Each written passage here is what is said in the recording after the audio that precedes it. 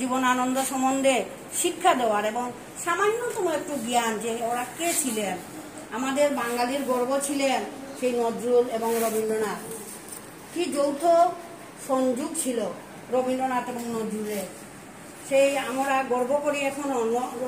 নজরুল কিন্তু সাধারণ মানুষ ছিলেন না, তার ডিগ্রি বেশি ছিল না, ক্লাস 8 পর্যন্ত পড়াশোনা করেছিলেন, কিন্তু তার যে মাথা থেকে যে সমস্ত ফুলিতেছে তরি, দুলিতেছে জল, ভুলিতেছে মাঝি পথ, কে আছো জওয়ান হো আগুয়ান, হাঁপিছে ভবিষ্যৎ। তিনি আহ্বান করছেন যুবকদের, তোমরা স্বাধীনতা সংগ্রামে ঝাঁপিয়ে পড়ো। তার এই কবিতার মিনিং যখন, অর্থ যখন জানলো, তখন ব্রিটিশ শাসন আবার ওনাকে সৈনিক থেকে বরখাস্ত করলো। তিনি মনে করলেন আমি বাঁচলাম। তারপর তার লেখনী আর থেমে থাকেনি, পিছনে তাকাতে হয়নি।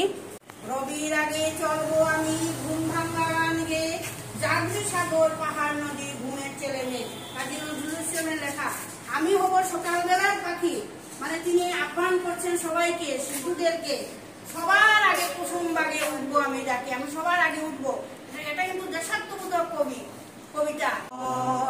তোমার মুখ চাই আমার বাড়ি যত, লুটাইয়া পড়ে ধরা ফুলের মতো, তোমারই পদতল রঞ্জিতে সঙ্গীত।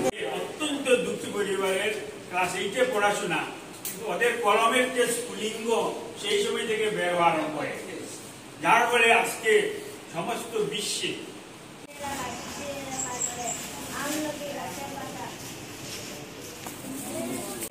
জীবনানন্দ সম্বন্ধে শিক্ষা দেওয়ার এবং সামান্যতম একটু জ্ঞান যে ওরা কে ছিলেন।